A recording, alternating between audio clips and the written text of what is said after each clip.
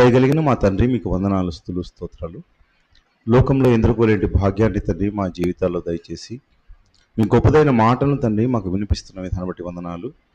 విన్న వాక్యాన్ని తండ్రి విని విడిచిపెట్టి లోకంలో కలిసిపోకుండా మీ వాక్యానుసారంగా తండ్రి మేమందరూ జీవించడానికి సహాయం చేయండి.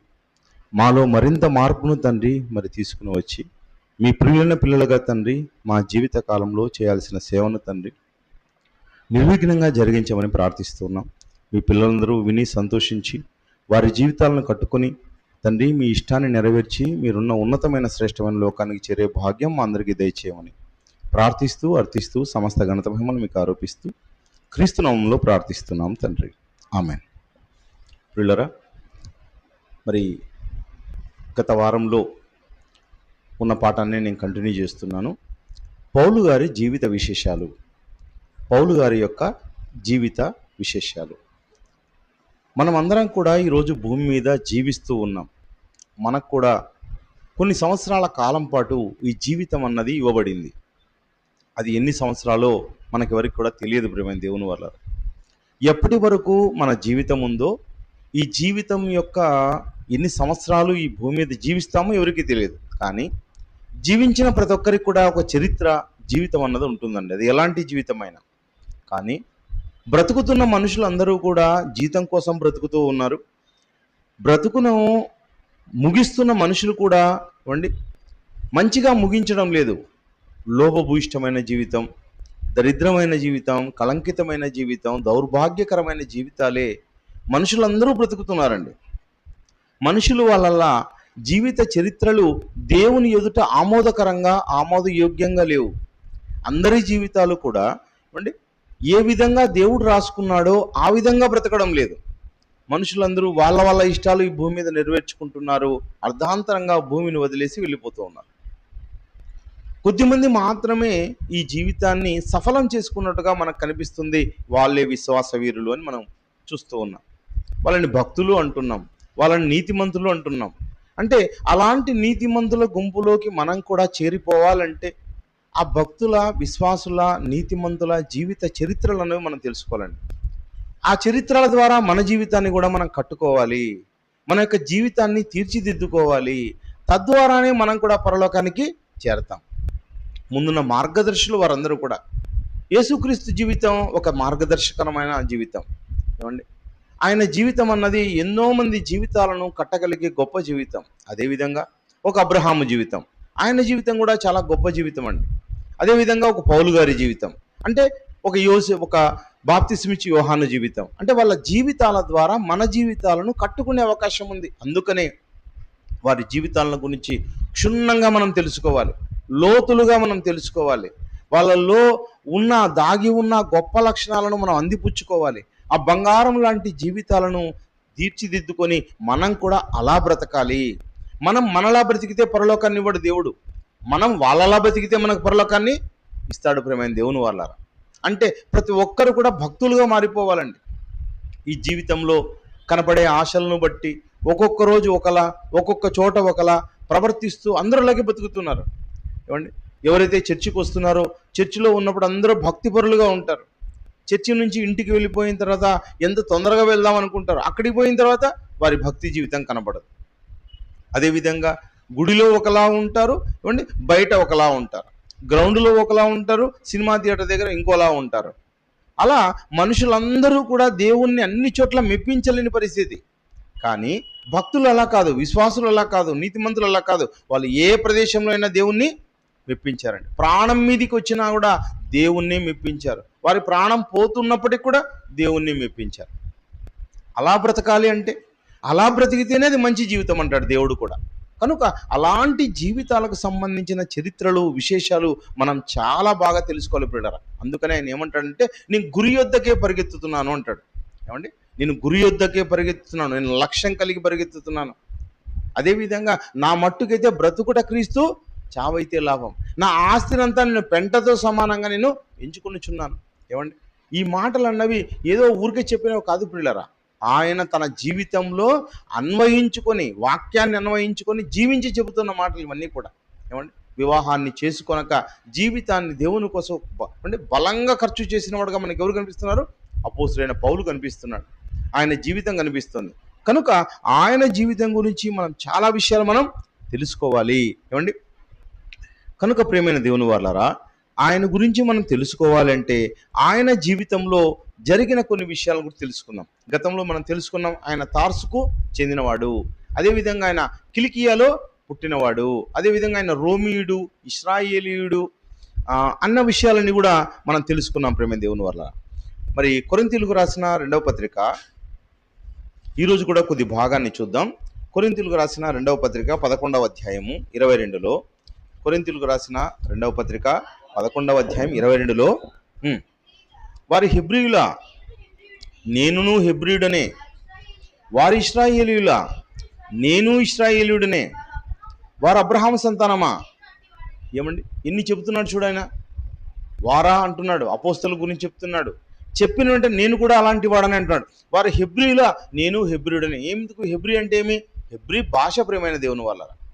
ఆయన హెబ్రీ భాష మాట్లాడేవాడు, హెబ్రీయుడు ఆయన. కాబట్టి హెబ్రీ భాషలో కూడా ఆయన బోధ చేసినట్టుగా మనకు బైబిల్ గ్రంథంలో కనిపిస్తుంది. అదేవిధంగా వారు ఇశ్రాయేలుల, నేను ఇశ్రాయేలు. ఎందుకు ఇశ్రాయేలు అంటే ఎవరు ఇశ్రాయేలుని పిలువబడ్డారు? యాకోబు గర్భాన పుట్టిన వారందరూ కూడా ఇశ్రాయేలుగా పిలువబడ్డారు. ఏమండి?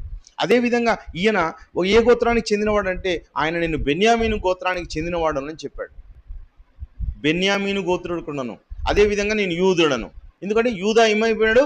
యూదా మతంగా మారిపోయాడు. యేసుక్రీస్తు కాలానికి యూదా అనే ఒక ఆయన ద్వారానే వచ్చారు మనుషులందరూ కూడా. కానీ ఏమైపోయారు? వారందరూ కూడా యూదులుగా మారిపోయారు. అంటే ఇశ్రాయేలులందరూ ఏం చెప్పుకుంటున్నారు? వాళ్ళు కూడా మేము యూదులము. లేకపోతే ఉత్తర రాజ్యము దక్షిణ రాజ్యంగా మారినప్పుడు ఒకరేమో యూదులని, ఇంకోరేమో ఇశ్రాయేలుని కూడా చెప్పుకుంటూ కనిపిస్తుంది అన్నమాట. కనుక ఈ అన్ని విషయాలు మనం తెలుసుకోవాలి. అదేవిధంగా ఏ గోత్రాల్లో ఆయన జన్మించినాడో ఒకసారి చూద్దాం. రోమీయులకు రాసిన పత్రిక 11వ అధ్యాయము, రోమీయులకు రాసిన పత్రిక 11వ అధ్యాయము మొదటి మాటలో, అలాగైన ఎడల నేను అడుగునదేమనగా,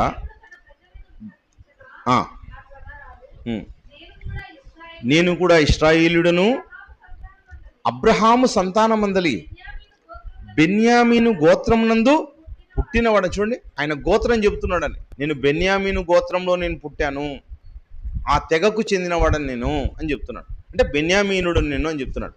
ఎందుకు బెన్యామీనులు అనగా ఎందుకు ఆయన చెబుతూ ఉన్నాడు? ఎందుకు బెన్యామీనుల పరిస్థితి ఎలా ఉంటుంది, బెన్యామీనీయులు ఎలా జీవిస్తారు, వారి యొక్క గుణం ఏమి అన్నది మనం చూస్తే ఒకసారి చూద్దాం. ఆదికాండము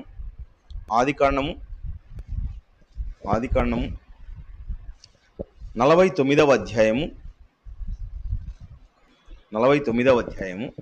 మొదటి మాటలో, యాకోబు తన కుమారులను పిలిపించి ఇట్లా, నేను మీరు కూడి రండి, అంత్య దినములలో మీకు సంభవింపబో సంగతులను మీకు తెలియజేస్తామండి. యాకోబు తన కుమారులందరినీ చనిపోయే ముందు పిలుస్తున్నాడని. తన గర్భాన పుట్టిన ఆ 12 మందిని పిలుస్తూ ఉన్నాడు. అప్పుడు యాకోబు కూడా, యోసేపు కూడా ఉన్నాడు. అందరూ వచ్చారు.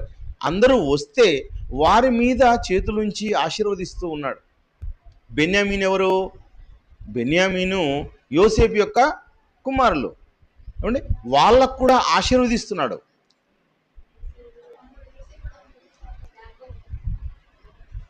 యోసేపు, నేను అంటున్నది బెన్యామీను గురించి మాట్లాడుతున్నాను పిల్లరా. యోసేపు యొక్క కుమారుల్లో, ఎవరున్నారు? బెన్యామీను ఉన్నాడు.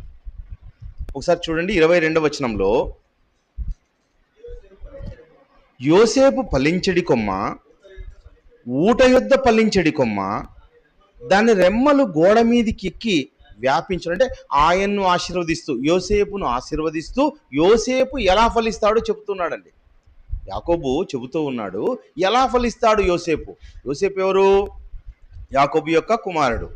ఆయన ఏ విధంగా ఆయన యొక్క జీవితం ఉంటుంది, ఎలా ఫలిస్తాడు అనేది ఆయన గురించి చెబుతూ, యోసేపు ఫలించడి కొమ్మ, ఊట యొద్ద ఫలించడి కొమ్మ. ఊట అనగానండి నీటి యొద్ద, ఊట యొద్ద అంటే ఆయనకు మంచి సత్యం అన్నది తెలుస్తుంది ప్రేమైన దేవుని వల్ల.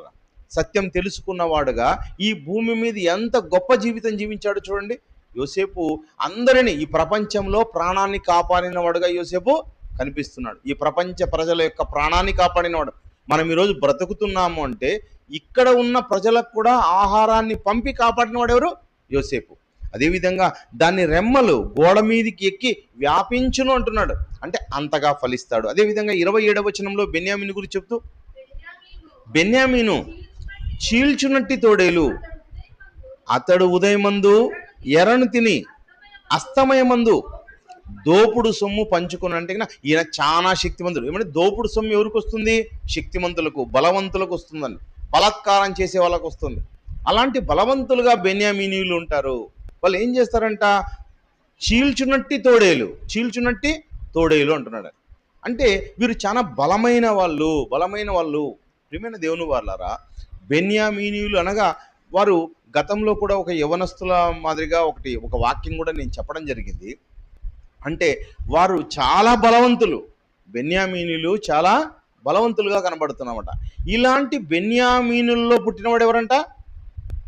పౌలు గారు బెన్యామీనులకు చెందినవాడు అంటున్నాడు అనమాట. అంటే ఏమండి, కను రెప్పతో ఎంతో దూరం దాన్ని కూడా చూసి వాళ్ళు గురి చూసి కొట్టగలిగిన యోధులు. ప్రియమైన దేవుని వాళ్ళ బెన్యామీనీయులు అంటే అంత కను దృష్టి అంత బాగుంటుందన్నమాట. వాళ్ళంత శక్తివంతంగా ఉంటారు బెన్యామీనీయులు.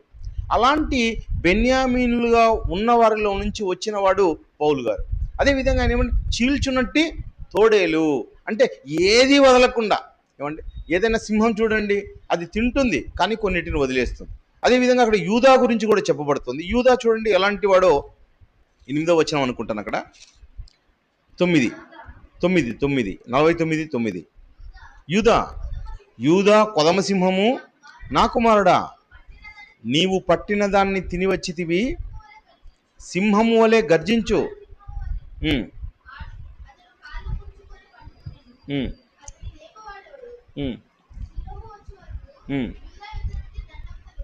యూదా యొద్ద నుండి దండము అనగా రాజదండము తొలగదు. అంటే రాజులు ఎవరిలో నుంచి వస్తారు?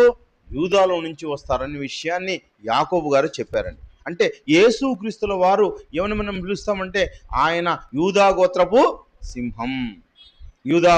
సింహం అని పిలుస్తున్నాం. కనుక ఇవన్నీ కూడా ముందుగానే ఏమండి యాకోబు ద్వారా చెప్పబడిన విషయాలు ఇవన్నీ కూడా. అంటే బెన్యామీనులో నుంచి వచ్చే ఈ పౌలు గారి గురించి కూడా ముందుగానే చెప్పేశాడు. బెన్యామీన్ ఎలాంటివంటే నాకు ప్రియమైన కుమారుడు అంటాడు బెన్యామీన్ని కూడా. కనుక ప్రియమైన దేవుని వాళ్ళారా, అంటే ఈ పౌలు గారిని దేవుడు ముందుగానే చూస్తూ ఉన్నాడు. ఇతడు ఎలాంటి వారంట? తోడేలు లాంటి స్వభావం అంట. అంటే ఏది మిగిల్చారండి. అంటే ఒక సింహం తినింది అనుకోండి, చాలా మిగిల్చేస్తుంది, అది కొద్ది తినేస్తుంది, చాలా మిగిల్చేస్తుంది, వెళ్ళిపోతుంది. కానీ ఈ తోడేలు అట్లాంటివి తెగిన మొత్తంగా తినేస్తాయంట, మొత్తంగా ఏది మిగిల్చకుండా చేస్తాయంట. అంటే పని చేస్తే ఎలా చేస్తారు వాళ్ళు? పని చాలా సమర్థవంతంగా చేస్తారు, దేనిని మిగిల్చరు. పని చెబితే చాలామంది ఎలా చేస్తారంటే అజాగ్రత్తగా చేస్తారు, అశ్రద్ధగా చేస్తారు, పని మీద శ్రద్ధ చూపించరండి. ఈయన నా ప్రియ కుమారుడు, ఈయన ఎందు నేను ఆనందించుచున్నాను. యేసుక్రీస్తుల వారంటే యేసుక్రీస్తుల వారు కూడా ఏమన్నారు? ఆయన ప్రార్థిస్తూ చివరిలో, తండ్రి నీవు నాకు అప్పగించిన పనిని నేను పూర్తిగా నెరవేర్చి తిని అంటున్నాడు. అంటే పూర్తిగా, అంటే ఏది మిగిల్చారా? ఏది మిగిల్చారండి, సంపూర్ణంగా నెరవేర్చి. అంటే సంపూర్ణంగా నెరవేర్చే క్వాలిటీ ఎవరిలో ఉంది? బెన్యామీనీయుల్లో ఉందండి. బెన్యామీనీయుల్లో అలాంటి క్వాలిటీ ఉంది. కనుకనే ఆ బెన్యామీనీయుల్లో నుంచి ఎవరు పుట్టారు? పౌలు గారు పుట్టడం జరిగింది. ప్రియమైన దేవుని వాళ్ళారా, కనుక ఆ వంశానికి ఈయన చెందినవాడు. అదేవిధంగా పౌలు అని మాట్లాడుతున్నాం మనం. పౌలు అంటే ఆయన పేరు ఏమంటే చిన్నవాడు అని అర్థం అండి. పౌలు అంటే చిన్నవాడు అని అర్థం. పౌలుగా కాకముందు ఆయనకి ఏ పేరుంది? సౌలు అనే పేరుంది. ఇందుకు సౌలు అనే పేరు ఎందుకు పెట్టారు అంటే, ఇశ్రాయేలులో మొట్టమొదటి రాజు ఉన్నాడు, ఆయన పేరే సౌలు రాజు. ఆ సౌలు రాజుకు గుర్తుగా ఈయనకు సౌలు అనే పేరు పెట్టడం జరిగింది. అదేవిధంగా ప్రేమైన దేవుని వాళ్ళారా, ఈయన పరిసయ్యుల గుంపుకు చెందినవాడు. అదేవిధంగా ఇశ్రాయేలు యొక్క గొప్పవాడుగా, ఇశ్రాయేలులో ఈయన కూడా గొప్పవాడు కావాలనే ఉద్దేశంలోనే వాళ్ళ తల్లిదండ్రులకు ఆయన ఆ పేరు పెట్టడం జరిగింది. ఈయనకు ఎవరైనా బంధువులు ఉన్నారా? ఏమండి, ఈయన వివాహం చేసుకోలేదు, తల్లిదండ్రుల పేర్లు బైబిల్లో లేవు. ఇంతకు ఈయనకి ఎవరైనా బంధువులు ఉన్నారా అనే విషయాన్ని మనం ఆలోచించినట్లయితే అపోస్తుల కార్యములు 23వ అధ్యాయము, అపోస్తుల కార్యములు 23వ అధ్యాయము 16వ మాటలో, ఉమ్. అప్పుడు పౌలు అప్పుడైతే సారీ అయితే పౌలు మేనల్లుడు వారు పొంచి ఉన్నారని విని వచ్చి కోటలో ప్రవేశించి పౌలుకు ఆ సంగతి తెలిపాను. ఏదో సంగతి తెలుపుతున్నాడు. ఎవరంట ఆయన? పౌలు మేనల్లుడు. అంటే పౌలు గారికి ఒక చెల్లెలు ఉందండి. ఆ చెల్లెలకు పుట్టినవాడే ఈ ఈ అబ్బాయి, చిన్నవాడు, యవనంలో ఉన్నవాడు. అంటే పౌలుకు ఒక మేనల్లుడు ఉన్నాడు. ఆ మేనల్లుడు ఎవరి దగ్గరికి వచ్చాడంట? పౌలు గారి దగ్గరికి వచ్చాడంట. అతని మీద జరిగే కుట్రని, తన మామను చంపడానికి చాలా మంది కుట్ర పన్నారు అన్న విషయాన్ని ఆయన చెబుతున్నాడు. ఎలాంటి కుట్ర పన్నారంటే 11వ వచనం చూడండి. ఆ రాత్రి 12 చదవండి అమ్మా. సారీ 12. ఉదయమైనప్పుడు యూదులు కట్టుకట్టి తాము పౌలును చంపు వరకు అన్నపానములు పుచ్చుకొనమని ఒట్టు పెట్టుకునిరి. ఈ కుట్రలో చేరిన వారు 40 మంది కంటే ఎక్కువ. ఏమండి, వాళ్ళు ఒట్టు పెట్టుకున్నారంట, మేము ఎట్టి పరిస్థితుల్లోనూ ఆహారం ముట్టకుండా అతన్ని చంపిన తర్వాతే మేము నీళ్లు తాగుతాము, అన్నం తింటాం. ఆయన్ని చంపాలి, ఆయన్ని చంపేయాలి అంటే యూదుల్లో ఒక కుట్ర పనడం జరిగింది. వాళ్ళు ఎంతమంది ఉన్నారంట? 40 మంది కంటే ఎక్కువ. ఆయన్ని తీసుకొచ్చేటప్పుడు ఎంతమందిని తీసుకొస్తారు? ఏదో ఒక 2-3 పట్టుకొని వస్తారు. ఆయన్ని తీసుకుపోతున్నారు, ఇంకొక చోటికి తీసుకుపోతున్నారు. లేదా అంటే ఇప్పుడు చూడండి, చాలామంది దొంగలు ఎక్కడ తప్పించుకుంటారు? ఒక చోటు నుంచి కోర్టుకు తీసిపోయే సమయంలో అక్కడ తప్పించుకొని వెళ్ళిపోతుంటారు. అలా పౌలు గారిని కూడా ఒక ప్రదేశం నుంచి ఇంకొక ప్రదేశానికి ఏమండి తీసుకొని పోతున్నారు. అలా తీసుకొని పోయేటప్పుడు ఈయన్ను మనం అందరం కలిసి కుట్ర పన్ని ఒక్కసారిగా వెళ్ళేసి ఏం చేద్దాం? చంపేద్దాం అని కుట్ర పన్నారు. ఈ విషయాన్ని ఎవరికి చెప్పాడు? పౌలు గారికి చెప్పడం జరిగింది. అప్పుడు పౌలు ఏం చేశాడంటే ఆ విషయాన్ని గురించి చెబుతూ ఆ మాటకు 21వ వచనం 21వ వచనం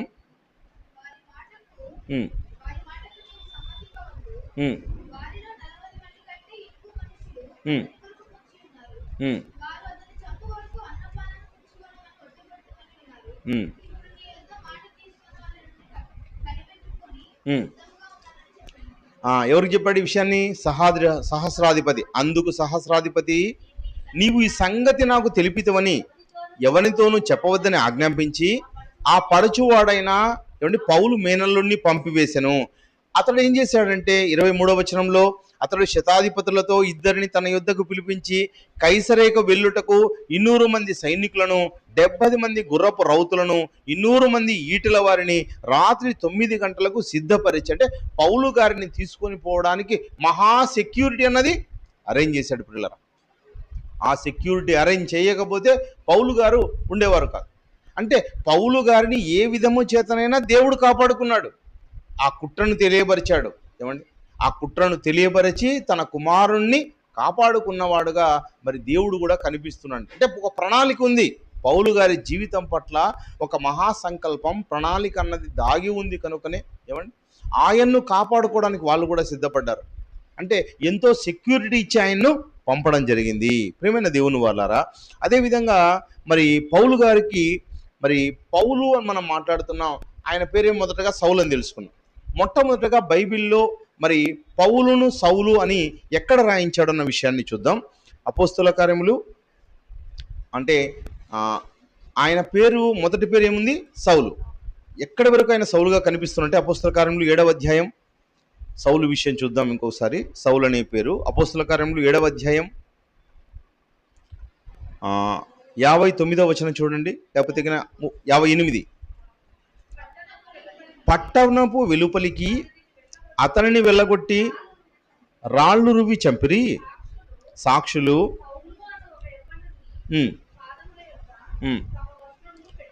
తమ వస్త్రములు పెట్టిరి. ఏమండి, యవ్వనుడు. ఎంత అండి వయసు? దగ్గరగా 20 పైనండి వయసు. 25 ఏళ్ళ లోపలి వాడు, చాలా యవ్వనుడు. అప్పటికి కూడా యవ్వనంలో ఎలా ఉన్నాడు? ఎవరిని చంపడానికి కూడా ఏ మాత్రము వినితీయడం లేదండి. ఒక మంచి యోధుడు లాగా ఉన్నాడు, చాలా శక్తిమంతుడుగా ఉన్నాడు. ఎందుకంటే ఆయన యూదా మత విద్యలో చాలా నిష్ఠగా ఉన్నాడు. యూదా మత విద్యలో నిష్ఠగా ఉండి చంపడానికైనా చావడానికైనా సిద్ధంగా ఉన్నాడండి. అలాంటి వాడిగా ఉన్నాడు కనుక ఏం చేస్తున్నాడంటే స్టెఫను యొక్క మరణానికి ఆయన సమ్మతించాడు. కింద వచ్చిన చదవనిగా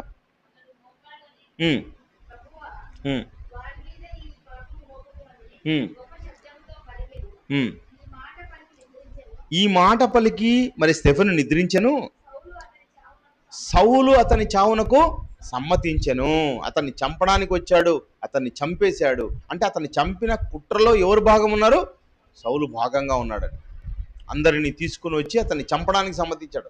అలా అనేక మందిని చంపినట్టుగా, అనేక మందిని హింసించినట్టుగా మరి సౌలు జీవితంలో కనిపిస్తున్నాను. ఆడవాళ్ళు, పిల్లలు, పెద్దలు, ముసలి వాళ్ళు, ఏ మాత్రం తేడా లేదు.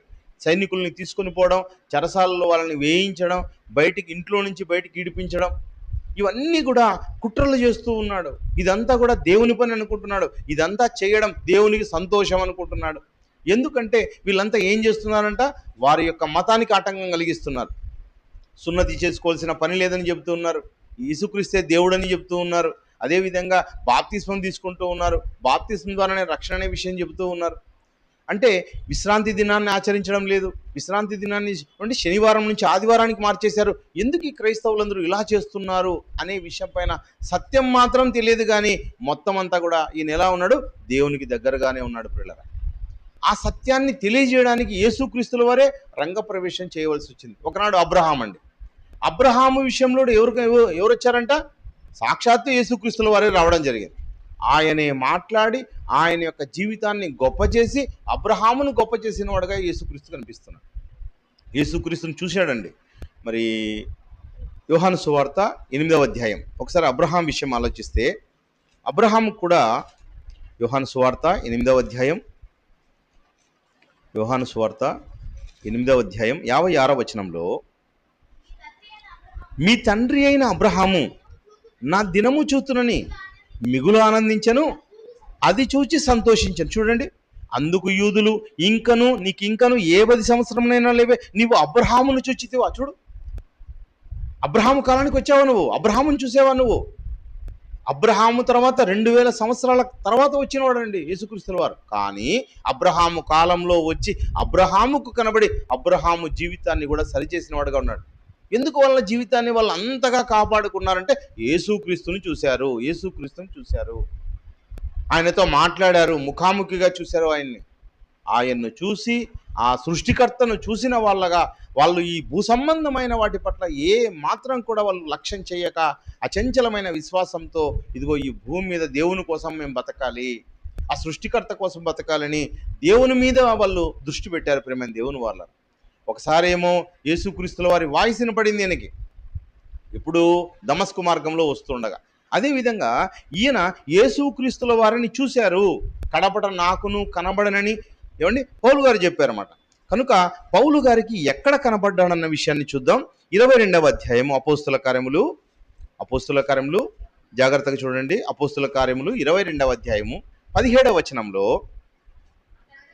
అంతటా నేను యెరూషలేమునికి తిరిగి వచ్చి దేవాలయంలో ప్రార్థన చేయుచుండగా పరవశుడునై ప్రభువును చూచితిని. నేను చాలా ఆనందించాను, నేను పరవశించిపోయాను, ప్రభువును చూశాను, ప్రభువుతో నేను మాట్లాడని చెప్తున్నానండి. ఇవన్నీ మాట్లాడక ముందు అక్కడ ఉన్న వారితో ఏం చెబుతున్నానంటే చూడండి, ఆయన బాప్తిస్మం తీసుకున్న విషయము, ఆ విషయాలన్నీ మాట్లాడుతున్నాం.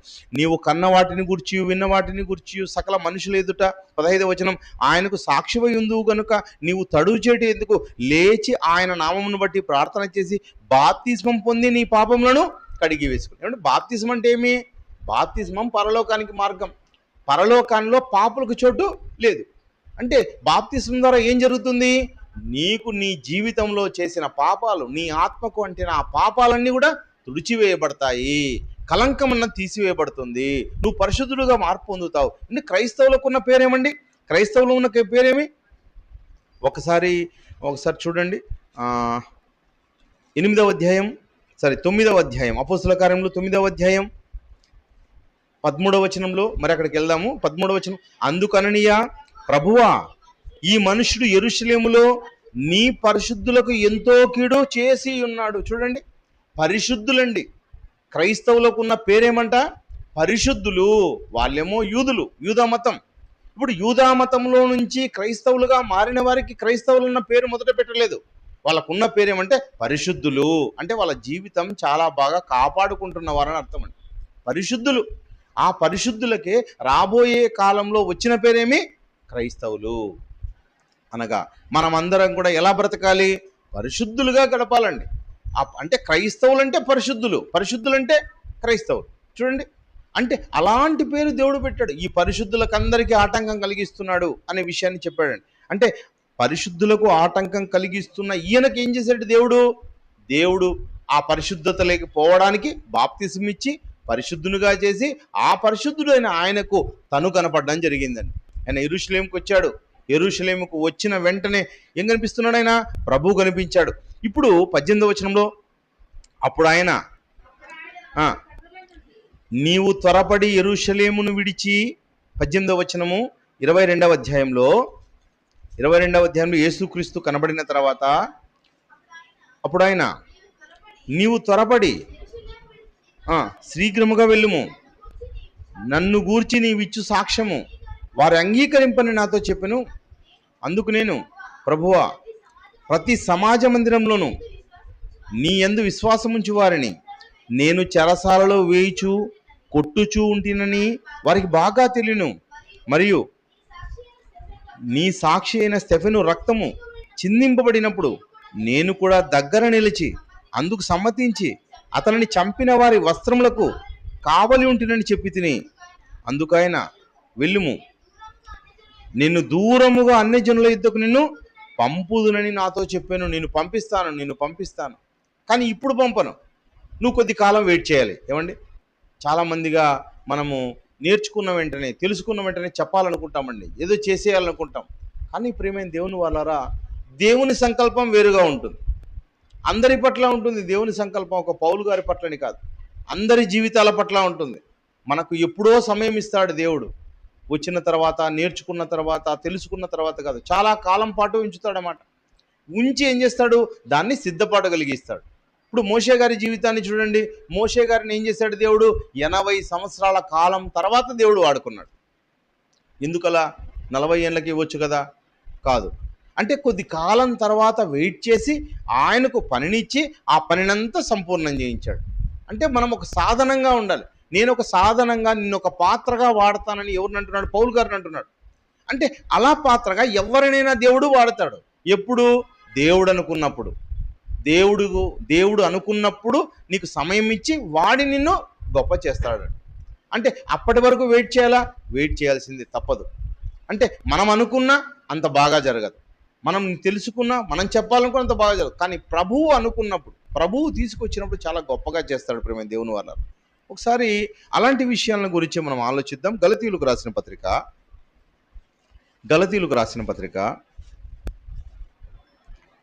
చూడండి, 2వ అధ్యాయం 1వ వచనంలో, అటు పిమ్మట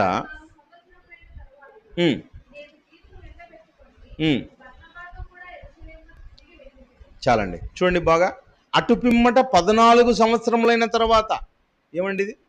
అంటే ఆయన కనపడడం వేరు, యవ్వనంలో ఉన్నప్పుడు కనపడ్డాడు.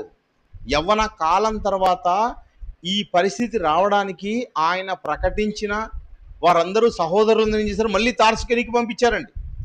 ఒక చోట జైలుకు వెళ్లాల్సి వచ్చింది. ఆయనంతా విచారించిన తర్వాత తిరిగి ఆయన్ని తార్సుకు పంపించారు, సొంత ఊరికి పంపించారు. ఆ తార్సులో ఆయన ఎన్ని సంవత్సరాలునంట? మొదట ఆయన అరేబియాకి వెళ్ళాడు, దమస్కు నుంచి అరేబియాకి వెళ్ళాడు. అరేబియా నుంచి వచ్చిన తర్వాత ఆయన మరి యెరూషలేముకి వెళ్ళాడు. యెరూషలేములో ప్రభువును చూశాడు. యెరూషలేములో ప్రభువును చూసిన అంటే తార్సులో దాదాపుగా 14 సంవత్సరాలు ఉన్నాడంటండి. అంటే సేవ ఎక్కడ చేస్తున్నాడు? ఆయన తార్సులోనే చేస్తున్నాడు. మొదట వెళ్ళినప్పుడు, ప్రభు దగ్గరికి వెళ్ళినప్పుడు ఎన్ని దినాలు ఉన్నాడు అక్కడ? యెరూషలేములో కొన్ని దినాలు ఉన్నాడంటండి. 2 చోట్ల 2 రకాలుగా రాయబడింది. కానీ మొదటిగా ఫైనల్గా రాసిందే కరెక్ట్ అండి. 12 దినాలు ఉన్నాడు ఆయన. ఎక్కడ? యెరూషలేములో రాయబడింది ఒక చోట. ఇంకొక చోట వచ్చి యెరూషలేములో ఆయన 15 దినాలు గడిపాడని ఉంది.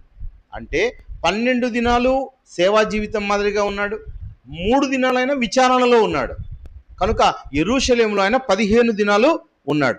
ఈ మాట మీరు చూస్తే గన 18వ వచనం, మొదటి అధ్యాయం, అక్కడ అటుపైని 3 సంవత్సరములైన తర్వాత కేఫాను పరిచయం చేసుకునవలెనని యెరూషలేమునకు వచ్చి అతనితో కూడా 15 దినములు, చూడండి 15 దినాలు అక్కడ ఉన్నానని చెప్తున్నాడు అన్నమాట.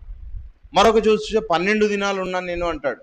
అంటే ఇవన్నీ కూడా ఏం జరుగుతుందంటే గిన ఆయన చెప్పింది ఏదైతే ఉందో ఫైనల్గా చెప్పిందంతా కరెక్టే ప్రేమ దేవుని వల్ల. మనం కన్ఫ్యూజ్ కాకోకుండా ఆయన జీవితాన్ని మనం అర్థం చేసుకోవాలి. ఆయన ఈ దేవుడు ఏం చెప్పాడు, నిన్ను అన్ని జనుల కోసం నేను నియమించాను, అన్ని జనులకు నీకు సువార్త ప్రకటిస్తాడు. చూసాం కదా మొన్న కూడా. ఏమండి, సొంత వాళ్ళు ఎక్కువ ఉన్నారా, అన్ని జనులు ఎక్కువ ఉన్నారా? అన్ని జనులు ఎక్కువ ఉన్నారు, సొంత వాళ్ళు తక్కువ ఉంటారు. ఏమండి, నీకు బంధువులు ఎక్కువ ఉంటారా, బయట వాళ్ళు ఎక్కువ ఉంటారా? బయట వాళ్ళు ఎక్కువ ఉంటారు ఎవరికైనా కానీ. కనుక వాళ్ళ కోసం ఈయన నియమించాడు దేవుడు, అన్ని జనులకు నియమించి ఇవన్నీ చేశాడన్నమాట. ఒకసారి చూడండి, యేసుక్రీస్తుల వారే రంగప్రవేశం చేసి ఒకనాడు అబ్రహాం కనిపించాడు. యేసుక్రీస్తుల వారే వచ్చి ఈయన ఏం చేశాడు, ఇదిగో పరిశుద్ధునిగా చేశాడు, ఇదిగో వాక్యాన్ని ప్రకటించడాన్ని ఆయన ఎన్నుకోవడం జరిగింది. ప్రియమైన దేవుని వాళ్ళారా, ఒక గొప్ప వ్యక్తి ఇప్పుడు రోజులు చూడండి, ఒక పార్టీలోకి ఒక గొప్ప వ్యక్తి వస్తున్నాడు, ఆయన ద్వారా చాలామంది వస్తారు. చాలా డబ్బు ఉన్నవాడంటే అతన్ని తీసుకోవడానికి ఎవరు వస్తారు? డైరెక్ట్గా చంద్రబాబే వస్తాడు, డైరెక్ట్గా మోడీనే వస్తాడు. అలా పౌలు గారిని తీసుకొని వెళ్ళడానికి ఎవరు వచ్చారు? యేసుక్రీస్తుల వారే రావడం జరిగింది. అందరికి కనబడతాడా? అందరికైనా కనిపించాడు. అందుకనే అకాలంలో నాకు కడపట నాకు కనబడెను అన్నాడు. అంటే చిట్ట చివరిసారిగా కడపటగా ఆయనకు కనబడి ఆయన్ను బలపరచడం జరిగింది అనమాట. ఎందుకంటే పౌలు గారి చేసే సేవ దేవుడికి బాగా తెలుసు, ఎంతగా చేస్తాడో, ఎంతగా జీవితాన్ని ఖర్చు పెడతారు. అదేవిధంగా పౌలు గారికి బంధువులు కూడా ఉన్నారండి. పౌలు గారి బంధువులకు కూడా ఆయన వాక్యాన్ని చెప్పి ఈ సత్య మార్గంలోకైనా రప్పించిన వాడుగా ఉంటున్నాడు. రోమీలకు రాసిన పత్రిక 16వ అధ్యాయము 7వ వచనంలో, రోమీలకు రాసిన పత్రిక 16వ అధ్యాయం 7లో, నాకు బంధువులను నా తోడి ఖైదీలునైనా అంద్రోనీకును యూనియకును వందనములు. చూడండి, ఆయనకు బంధువులు ఉన్నారంట పిల్లరా. ఆ బంధువుల పేర్లు ఇక్కడ చెప్తున్నాడు. అంద్రోనీకు అంటే వాళ్ళు కూడా ఏమయ్యారంట, వాళ్ళు కూడా చెరసాలలోకి వెళ్ళిపోయారంట. ఆయన నమ్ముకొని ఆయన లాంటి సేవ చేయాలని వాళ్ళు కూడా అనుకున్నారు. అంటే ఆయనకు ఒక మేనల్లుడు కనపడుతున్నాడు, ఆయన బంధువులు కూడా ఈ సేవలో ఉన్నట్టుగా మనకు కనిపిస్తోంది. అంటే పౌలు గారు అనేక మందికి ఆయన మరి ఒక సత్యాన్ని చెప్పిన వాడుగా ఉన్నాడు, అనేక మందిని సత్యంలోకి తీసుకొచ్చిన వాడుగా కనిపిస్తామంట. ఏమండి, తిమోతిని ఏమంటాడు? నా ప్రియ కుమారుడగు తిమోతి అంటున్నాడు. అంటే అనేక మందిని, అంటే ఒక ఫిలోమోను కావచ్చు, ఒక తిమోతి కావచ్చు, వీళ్ళందరినీ కూడా సత్య మార్గంలోకి రప్పించి సత్యంలో వారిని నిలబెట్టిన వాడుగా పౌలు గారు కనిపిస్తున్నాడు. అంటే వీరాది వీరులుగా, యోధులుగా, దేవుని కోసం పనిచేసే వాళ్ళుగా, జత పని వారిగా, ఒక ఎఫ్రదోతు, వీళ్ళందరినీ నిలబెట్టాడండి. పౌలు గారు చాలా గొప్పగా వారి జీవితాలని కట్టినట్టుగా మనకు కనిపిస్తుంది. చూడండి, పౌలు గారు మంచి పండితుడు అండి, ఆయన మంచి స్కాలర్, జ్ఞాని అని మాట్లాడుతున్నాడు. జ్ఞాని ఏమయ్యాను, శాస్త్రి ఏమయ్యాను అంటారు, అంటే జ్ఞానులకే జ్ఞాని అంటే అలాంటి వాడు. అదేవిధంగా అనేక భాషలు మాట్లాడేవాడుగా ఉన్నాడు. ఒక గ్రీకు భాషలో కానీ అంటే ఒక హెబ్రీ భాషలో కానీ, అదేవిధంగా ఆ కాలంలో ఉన్న ఒక లాటిన్ భాష అయితేనేమి, అనేక భాషలు అనర్గళంగా మాట్లాడేవాడుగా కనబడుతున్నాడు. ఈరోజు చూడండి, మనకు ఒక భాష వచ్చిందంటే ఇంకో భాష సరిగా రాదు. కానీ కొద్దిమంది ఉంటారు, నాకు తమిళ్ బాగా వస్తుందండి, తెలుగు వస్తుందండి, కన్నడ వస్తుందండి, ఇంగ్లీష్ బాగా చెప్పగలను. అంటే అలాంటి బహుభాషా కోవిదుడుగా, మరి పండితుడుగా, స్కాలర్గా మనకు మరి కనిపిస్తున్నాడు ప్రేమ దేవుని వల్ల. అందుకనే ఆయన గమలీయేలు యొక్క పాదాల దగ్గర కూర్చొని శిష్యునై ఆయన యూదా మతంలో నిష్టగా నేర్చుకున్నవాడుగా మనకు ఆయన కనిపిస్తారు. కనుక ప్రేమ దేవుని వాళ్ళరా, మరి పౌలు గారు మరి యెరూషలేముకు పోవడానికి ఎవరు సహాయం చేశారు, ఎవరు తీసుకెళ్లారు, ఎవరు పరిచయం చేశారు, ఎవరు వారి అపోస్తలుల దగ్గరికి ఈయన తీసుకుని వెళ్ళారంటే ఇందాక చదువుబడిన వాక్యం కింద చూద్దాం, కింద భాగాన్ని అర్థం చేసుకుందాం. గలతీయులకు రాసిన పత్రిక 2వ అధ్యాయం 2లో, దేవదర్శనం ప్రకారమే వెళ్ళి తిని మరియు నా ప్రయాసము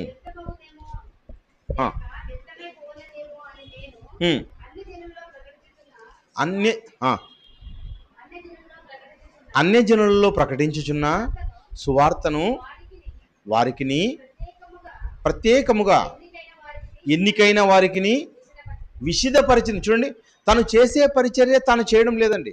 తను చేసే పరిచర్య గురించి తను ఎలా చేస్తున్నాడనే విషయాన్ని అపోస్తలుల దగ్గర పంచుకున్నాడంట. విశదపరిచాను, నేను ఎలా చేస్తున్నానంటే ఇలా చేస్తున్నాను నా పరిచర్య. ఎందుకు? ఎక్కడైనా కానీ లోపాలు ఏమన్నా ఉంటాయేమో, అంటే డిస్కషన్ చేయడం, ఒక విషయాన్ని తను చేస్తున్నాడు కదా అని వెళ్ళిపోకోకుండా ఏం చేస్తున్నాడు అన్న విషయాన్ని అపోస్తులకు కూడా నేను చెప్పానని చెప్తున్నాడు. ఇంతకు ఆయన తార్సులో ఉంటే ఎన్ని ఏండ్లు ఉన్నాడంటే అక్కడ 14 ఏండ్లు. 14 ఏండ్లు కేవలం తార్సులో ఉండి తార్సులోనే పరిచర్య చేస్తున్నాడని. తార్సుకు పంపించిన వాళ్ళు ఎవరు? ఇక్కడున్న శిష్యులే పంపించేశారు, నువ్వు వెళ్ళిపో, తార్సుకు వెళ్ళిపో అన్నాడు. తార్సులో 14 ఏండ్లు ఉన్నాడు. తార్సులో 14 ఏండ్లుండి ఆయన బోధించడం జరిగింది. అపోస్తుల కార్యములు 11వ అధ్యాయము. ఇప్పుడు తార్సు నుంచి ఎవరు తీసుకొస్తున్నారు అనే విషయాన్ని చూద్దాం. అపోస్తుల కార్యములు 11వ అధ్యాయము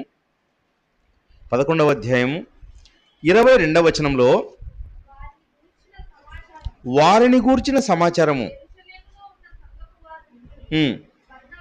బర్నబాను అంత్యొకయ వరకు పంపిరి.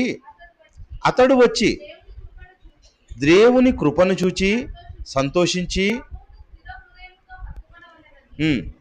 అందరినీ హెచ్చరించెను. అతడు అనగా బర్నబా పరిశుద్ధాత్మతోనూ విశ్వాసంతోనూ నిండుకొనిన సత్పురుషుడు. బహుజనులు ప్రభువు పక్షమున ఆయన వలన చేరి అంతటా అతడు సౌలును వెతుకుచూ తార్సునకు వెళ్ళి, ఇప్పుడు 14 ఏండ్లు తార్సులో ఉన్న అంటే పౌలు గారి దగ్గరికి ఎవరు వెళ్ళారు? బర్నబా గారు వెళ్ళారండి. బర్నబా వెళ్ళి తీసుకొని రావడం జరిగింది. బర్నబా వెళ్ళి తార్సు నుండి తీసుకొని ఈయన్ను అంత్యొకయకు తీసుకొని రావడం జరిగింది. అలా అంత్యొకయకు తీసుకొని కనుగొని తార్సునకు వెళ్ళి అతనిని కనుగొని అంత్యొకయ వరకు తోడుకొని వచ్చెను. వారు కలిసి అంటే బర్నబా పౌలు గారు కలిసి 1 సంవత్సరం అంతయు సంఘములో ఉండి బహుజనులకు వాక్యం బోధించిరి. మొట్టమొదట అంత్యొకయలో ఉన్న శిష్యులు క్రైస్తవులు అనబడిరి. ఆ విధంగా మొదటగా క్రైస్తవులు అనబడ్డారు. ప్రేమైన దేవుని వారలారా, అనగా అంటే ఈయన తార్సుకు వెళ్ళిపోయాడు. తార్సుకు ఎవరు పంపించారు? శిష్యులే పంపించారు. ఎందుకంటే అక్కడ ఈయన బోధిస్తుంటే మాట్లాడుతూ ఉంటే అందరికీ గలిబిలి ఉంది. ఇంతకాలం మనం చూసినాడు కదా ఈయన ఎవరు? పౌలు గారు. ఇంతకాలం మనం చూసాం కదా, మనల్ని అందరినీ ఇబ్బంది పెట్టాడు. ఈయన పరిశుద్ధుడు కాదు, ఈయన ఏదో మాట్లాడుతున్నాడు, లోపల ఒకటి పెట్టుకొని బయట మాట్లాడుతున్నాడు, ఈయన సంపూర్ణంగా మారలేదు, ఈయన్ని మనం విశ్వసించలేం. ఏమండి, అందరికీ ఆటంకంగా ఉన్నాడు ఈయన అనుకున్నాడు. అదేవిధంగా యూదులు కూడా ఏం చేశారు? మా మతానికి అడ్డం చెప్తున్నారని చెప్పి ఆయన్ను మరి చెరసాల యుద్ధకు తీసుకొని వెళ్ళారు. అదేవిధంగా విచారించడానికి తీసుకొని వెళ్ళారు. ఫీనిక్స్ దగ్గరికి తీసుకెళ్తారన్నమాట. అలా మొదటగా పంపిన విషయాన్ని చూద్దాం. పంపిన విషయాన్ని ఇంకోటి, ఈయన పండితుడు, గ్రీకు భాష మాట్లాడేవాడు అన్నాం కదా, ఆ విషయాన్ని కూడా మీరు గమనించండి. 9వ అధ్యాయం అపోస్తుల కార్యములు 9వ అధ్యాయం 28, 29 వచనాలను చూస్తే, అతడు యెరూషలేము వారితో కూడా పోవుచు ప్రభువు నామమును బట్టి ధైర్యంగా బోధించుచు గ్రీకు భాషను మాట్లాడు యూదులతో మాట్లాడుచు, చూడండి గ్రీకు భాషలో మాట్లాడుతున్నాడంటే ఈయన హెబ్రీ భాష మాత్రమే వచ్చా అంటే గ్రీకు భాష కూడా మాట్లాడుతున్నాడు. ఇంకా చూడండి కింద, వారు అతనిని చంప ప్రయత్నం చేసిరు కానీ సహోదరులు దీనిని తెలుసుకొని అతనిని కైసరకు తోడుకొని వచ్చి తార్సునకు పంపిరి. అతడు మాట్లాడేదాన్ని, అతడి వివాదాలని ఇప్పుడు వద్దని చెప్పి ఆయనకు తార్సునకు పంపితే తార్సులో 14 సంవత్సరాలు ఉన్నాడని. అంటే దేవుడు ఆయన ఏం చేశాడు? అక్కడికే పెట్టి తార్సు చుట్టుపక్కల మాత్రమే పరిచర్య చేస్తున్నాడు ఆయన. అలాంటి ఆయన్ని తీసుకొచ్చిన వాడు ఎవరు? బర్నబా గారండి. బర్నబా గారు పౌలు గారిని సేవలోనికి తీసుకొని రావడం జరిగింది. అలా తీసుకొని వచ్చిన తర్వాత పౌలు గారు ఏం చేస్తున్నారు? అదో యెరూషలేములోను అంత్యొకయలో ఏం చేశారంట? 1 సంవత్సరం పాటు కలిసి ఉండి అక్కడ ఏం చేశారు? దేవుని సేవను చేశారు. అలా కలిసి ఉండి దేవుని సేవ చేసిన వారిని ఏమన్నారు? ఇప్పుడు క్రైస్తవులని పిలువబడ్డారు. అంత్యొకయలో మొట్టమొదట శిష్యులు క్రైస్తవులని పిలువబడిరి. 11వ అధ్యాయం 26వ వచనంలో ఆ విషయాన్ని మనం చూస్తూ ఉన్నాం. అదేవిధంగా మరి సౌలు పౌలుగా, ఏమండి మనం మాట్లాడుతున్నాం పౌలు గారు అంటున్నాం. మరి పౌలుగా ఎక్కడ పిలువబడ్డానంటే 13వ అధ్యాయం చూడండి ఒకసారి. అపోస్తుల కార్యములు 13వ అధ్యాయం 9వ వచనంలో చూడండి, అందుకు పౌలు అనబడిన సౌలు. చూడండి, మీరు పౌలు అన్న వెంటనే ఆయన వేరే అనుకుంటారేమనే ఉద్దేశంతో మొట్టమొదటగా ఇక్కడ రాయించాడండి మాట. సౌలు పౌలుగా రాయించిన మాట ఎక్కడుంది అంటే 13వ అధ్యాయం 9వ వచనంలో, అందుకు సౌలు అనబడిన పౌలు. అంటే చాలా మందికి అండి క్రైస్తవులకు రెండు రెండు పేర్లు ఉంటాయండి. క్రైస్తవులుగా లేకపోతే యూదులకు చాలా మందికి రెండు పేర్లు ఉన్నట్టుగా కనిపిస్తావు. ఎందుకలా అంటే వారికి భాషలు ఉన్నాయండి. హెబ్రీ భాషలో ఒక పేరు ఉంటుంది, ఈ భాషలో ఇంకొక పేరు ఉంటుంది. అలానూ ఉన్నాయి. అదేవిధంగా రెండు పేర్లతో వాళ్ళు మారు పేర్లతో పిలువబడ్డారు. కనుక పౌలు గారికి కూడా మరి మొదట ఉన్న పేరేమి సౌలు. సౌలు ఏమిటిగా మారాడు? పౌలుగా మారాడు. అంటే పేరు మారింది. పౌలు అనగా చిన్నవాడు అని అర్థం. ఏమండి, తన జీవితంలో అనేక విశేషాలు ఉన్నాయండి. యేసుక్రీస్తుల వారే రావడం జరిగింది. యేసుక్రీస్తుల వారిని దేవాలయంలో చూడడం జరిగింది. తన జీవితాన్ని పూర్తిగా మార్చుకోవడం జరిగింది. తను గురి వద్దకే పరిగెత్తుతున్నా అంటున్నాడు. ఆయన తను ఎలా బ్రతికాడు, ఎలా జీవించాడు, దేవుడు తనకి ఏమిస్తాడో చివరగా మాట్లాడుతూ ఒక మంచి మాట తిమోతికి రాసిన పత్రికలో ఉంటుందండి. తిమోతికి రాసిన రెండవ పత్రిక 7వ వచనంలో తన జీవిత అంతంలో రాస్తున్న మాటలు ప్రియమైన దేవుని వారు, మంచి పోరాటము పోరాడి తిని. ఏమండి, ఏమంటున్నాడు? పోరాటం కూడా నేను పోరాడాలని చెప్పట్లేదు, మంచి పోరాటం అంటున్నాడు. ఒక పరిశుద్ధుడుగా చేసే పోరాటాన్ని ఆయన చెబుతూ, నేను గ్రంథాన్ని రాయడం కానీ, నేర్చుకోవడం కానీ, చదవడంలో కానీ, దాన్ని ప్రకటించడంలో కానీ ఏం చేశానంటే పోరాటం. యోధుడు, వీరుడు. ఏమండి, అదేవిధంగా ఆయన చేసిన ఒక యజ్ఞం, మహాయజ్ఞం ప్రియమైన దేవుని వాళ్ళరా. ఏమండి, ఆయన చేసిన ప్రయాణాలు, ఆయన మార్చిన మనుషులు, ఇదంతా ఒక పెద్ద యజ్ఞం. ఈ మహాయజ్ఞం చేసిన వాడుగా చిట్ట చివరగా ఆయన మాట్లాడుతూ ఏమంటున్నాడంటే, మంచి పోరాటం పోరాడి తిని, నా పరుగు కడముట్టించి తిని, విశ్వాసాన్ని కాపాడుకొంటిని, ఇక మీదట నా కొరకు నీతి కిరీటం ఉంచబడి ఉన్నది. అది నాకేనా అంటే నాకు మాత్రమే కాదు. చూడండి, తన ప్రత్యక్షతను అపేక్షించి వారందరికీ అనుగ్రహించును. అందరికీ అంటే యేసుక్రీస్తు కోసం నేను ఈ భూమి మీద బ్రతకాలి, నా జీవితాన్ని క్రీస్తు కోసం ఖర్చు చేయాలి. ఏమండి, నేను క్రీస్తును పోలి నడుచుకున్నాను, నేను క్రీస్తును ధరించుకొని ఉన్నాను. నా పరిశుద్ధ జీవితానికి ఏ మాత్రము నేను ఏం చేసుకోను? కలంకం చేసుకోను. ఏమండి, ఒక విత్తనం ఉంటుందండి, విత్తనం పైన ఒక పొర ఉంటుంది. ఆ పొర ఉంటేనే ఆ విత్తనం ఫలిస్తుంది. విత్తనం పైన ఉన్న ఆ పొర ఏ మాత్రం చిన్న డ్యామేజ్ అయిందనుకోండి, దాంట్లో నుంచి ఏ మొలక రాదు. లోపల ఆహారం ఉంది కదా, రావచ్చు కదా, రాదు ప్రేమైన దేవుని వల్ల. అంటే మనం కూడా అలాంటి కవచం, రక్షణ కవచం, పరిశుద్ధ జీవితం, యథార్థమైన జీవితానికి చిన్న ఏం చేసుకున్నాం? మనం కూడా ట్యాంపరింగ్ చేసుకున్నాం, లేదా పొర తీసి పడేసుకున్నాం మన జీవితాల్లో. ఇప్పుడు ఏం చేయాలంటే దానికి మళ్ళీ ఒక తొడుగు రావాలి, రక్షణ కవచం రావాలి మనకి. ఆ విత్తనానికి మనం ఫలించాలి. మనం ఎప్పుడు ఫలిస్తుందండి? విత్తనం ఎలా ఫలిస్తుంది? అది చస్తే కానీ అది ఫలించదన్నాడు. మనం కూడా మన జీవితంలో బాప్తిస్మం అనే కార్యక్రమంలో మనం చస్తే తప్ప మనం కూడా ఫలించాము. మనం దేవుని కోసం ఫలించాలి అనుకుంటున్నామే, కానీ మనకు ఏదైతే పోగొట్టుకున్నామో మన జీవితాన్ని మనం ఏం చేసుకున్నాం? నాశనం చేసుకున్నాం. మన జీవితానికి మనం కలంకం చేసుకున్నాం, లోబులుగా ఉన్నాం, అక్రమార్కులుగా ఉన్నాం, ఏమండి, కలంకితులుగా ఉన్నాం. ఈ జీవితాన్ని వదిలేయాలి, ఇది మంచి జీవితం కాదు అని ఆయన అనుకున్నాడు, తెలుసుకున్నాడు. కనుక ఆ జీవితాన్ని బాగా కాపాడుకున్నట్టుగా మరి పౌలు గారు కనిపిస్తారు. పౌలు గారి జీవిత చరిత్రను తెలుసుకోవడం ద్వారా మన జీవిత చరిత్రను మనం ఎలా కట్టుకోవాలో మనం తెలుసుకోవాలండి. నీ జీవితాన్ని ఎవరు కట్టరు, కట్టేవాళ్ళు ఎవరూ లేరు. నా జీవితాన్ని కట్టేవాళ్ళు ఎవరూ లేరు. మన జీవితాన్ని మనమే కట్టుకోవాలి. ఏమండి, నీకు ఇల్లు కట్టమను, ఎంతోమంది వస్తారు హెల్ప్గా, సహాయకులుగా వచ్చి ఇల్లు కడతారు. ఏమండి, నీకు ఒక వస్తువు కావాలను, ఆ వస్తువును నువ్వు తయారు చేయాల్సిన పని లేదు, మ్యానుఫ్యాక్చరింగ్ చేసి అందరూ ఇళ్ళకి పంపిస్తారు. కానీ నువ్వు గ్యాస్ కోసం నువ్వు తవ్వాల్సిన పని లేదు, వాళ్ళే చేసి నీకు హెల్ప్ చేసి ఇస్తారు. నీ బట్టల కోసం నువ్వు కష్టపడాల్సిన పని లేదు, వాళ్ళే తయారు చేసి ఇస్తారు. నీకు అన్నీ తయారు చేసి ఇస్తారు. కానీ జీవితాన్ని కట్టే వాళ్ళు ఎవ్వరూ లేరు పిల్లరా. ఒక్క యేసుక్రీస్తు మాత్రమే. ఆయన మాత్రమే సత్యం చెప్తాడు. ఆ సత్యం ద్వారా నువ్వుగా నీ జీవితాన్ని, ఒక మహా కన్స్ట్రక్షన్ని నువ్వు కట్టుకోవాలండి. నీ దేహం అనే ఆ హృదయంలో ఒక గొప్ప జీవితాన్ని నువ్వు కట్టుకోవాలి. నువ్వు గొప్పగా బ్రతకాలి. ఆ జీవితానికి ఏ మాత్రం కూడా ట్యాంపరింగ్ అనేది చేసుకోకూడదు. ఉన్నతమైన జీవితాన్ని కట్టుకోవాలి. ఉన్నతమైన విలువల అనుసారంగానే మనం జీవితాన్ని కొనసాగించాలి. అలా కొనసాగించిన వాడండి ఒక్కసారి కనబడ్డాడు ఆయన. ఒక్కసారి కనబడిన తర్వాత తన జీవితంలో ఎన్ని శ్రమలు అన్నా రాని, ఎన్ని ఆటంకాలు రాని, ఎన్ని కష్టాలు రాని, ప్రాణమే పోని, కానీ దాన్ని మాత్రం ఆయన వదలకుండా ఉన్నాడు. అలాంటి వాడుగా మరి పౌలు గారు చేసిన మహాయజ్ఞం మనకు కనిపిస్తుంది ప్రియులారా. కనుక మరి అపోస్తుల కార్యంలో ఇంకొక వచనం చూడండి.